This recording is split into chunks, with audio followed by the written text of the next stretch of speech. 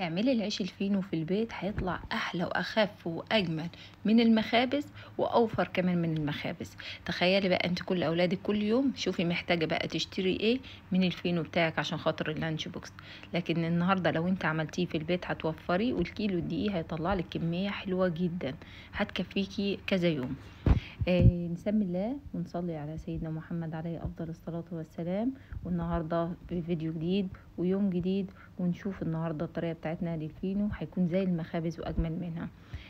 عندنا عندنا هنا كيلو دقيق. لو انت هتجيبيه كيس من معلب، ولكن لو انت جبتيه فلت من العطار يبقى خلاص هتعيري من حوالي من 7 كوبايات ونص ل8 كوبايات دقيق هتعيريهم. ده مقدار كيلو دقيق.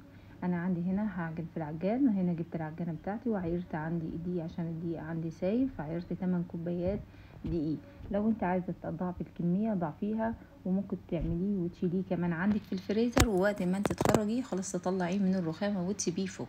عندي هنا معلقتين خميره فوريه، بس تكون متاكده من الخميره بتاعتك وتكون جديده، ومعلقه صغيره ملح. وهضيف عليهم كمان لو عندك لبن بودر، بضيف عليهم معلقه لبن بودر بتكون جميله. لو انت مش عندك مش مشكله، احنا هنعمله بالميه بطريقه اقتصاديه وهيطلع طعمه تحفه. المهم هزود الميه زي ما احنا اتعودنا، هزود الميه عندي بالتدريج شويه شويه. هنا هتاخد تقريبا لحد مقدار كوبايتين ونص. وهحط عليهم كمان. المهم ان لما باخد كميه دي ما انزلش غير بالميه شويه شويه عشان كميه الميه ما تزيدش معايا.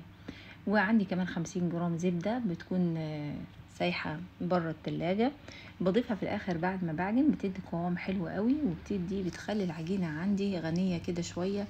وممكن تستخدمي لو ما عندكيش زيت، لو ما عندكيش زبدة تستخدمي زيت. خلاص انا عجنتها، العجينة عندي بتكون طرية، شايفين طراوتها بتكون طرية وبتلزق حبة بسيطة خالص. وبعد كده بسيبها عندي في البولة وبسيبها ترتاح شوية لحد ما تختمر كده ربع ساعة. ممكن هنا ممكن ما تخمرهاش وتشكليها على طول، وممكن هنا نخمرها. الطريقة اللي تريحك امشي بيها. هنا انا خمرتها هنا ربع ساعة، وبعد كده هبطت التخمير بتاعها وهبدأ ان انا اشكلها عندي.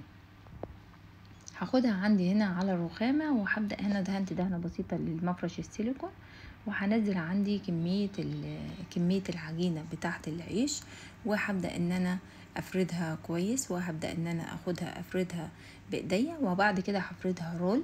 وبعد ما هلفها عندي رول هبدأ ان انا اقطعها، هبدأ المها العجينة شايفين طرية. ما تخلوش العجينة يابسة، عشان لو بقت يابسة هيطلع عندكم العيش كابس وكمان هيطلع ناشف. هبدأ ان انا اقطعها الحجم اللي انت عايزاه. يعني العيش الفينو تقريبا بيتقطع من حوالي 50-60 جرام. لو حبيتي تكبري الكمية الرغيف بتاعك خلاص بتكبري عندك العجينة اللي انت بتقسطيها. انا هنا هعمل شوية معاكم في الفيديو حجم صغير، وهعمل الحجم الكبير، وهتشوفوا الاتنين. هقطع كل الكمية كده وهسيبها. ادينا قطعت كل الكمية عندي، وهبدأ بأول واحدة انا بدأت فيها قطعتها على طول. انا بشكل على طول، ما بسيبهاش تخمر تاني، وبتن عند الصاج زيت، وهبدأ ان انا اشكل عندي العجين. هاخد الكورة العجين وهبدأ افردها بايدي او بمنشابة، وهي مش محتاجة اصلا.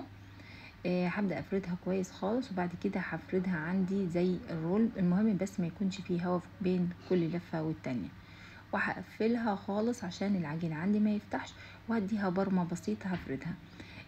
انتي ممكن ترفعيه خالص، وممكن تتخنيه برضو على حسب السماكة، وتعملي حساب ان هو لسه كمان هيخمر معانا في الصجار. شايفين انا بخلص كل الكمية. انا عندي هنا كمان انا عملت في الصاج العادي، وعندي صاج للعيش الفينو خاص بالعيش الفينو، هبدأ ان انا كمان هعمل فيه شوية.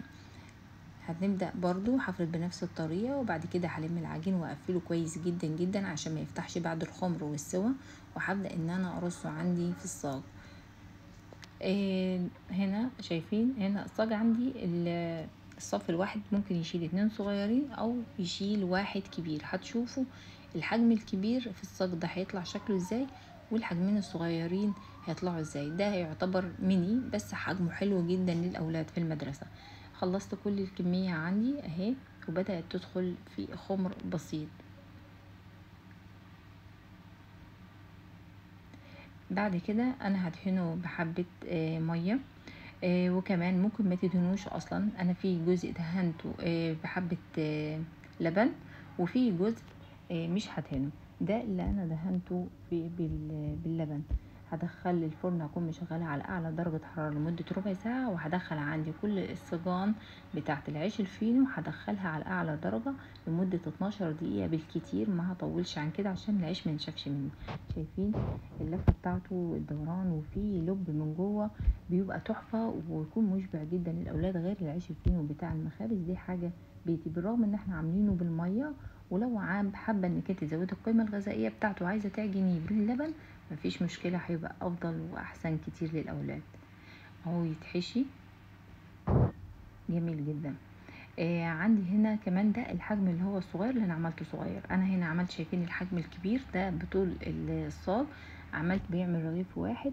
هنا ده انا ما دهنش الوش بتاعه باي ولا زيت، ما دهنتش ولا زيت ولا لبن ولا عسل ولا بيض ولا اي حاجه خالص.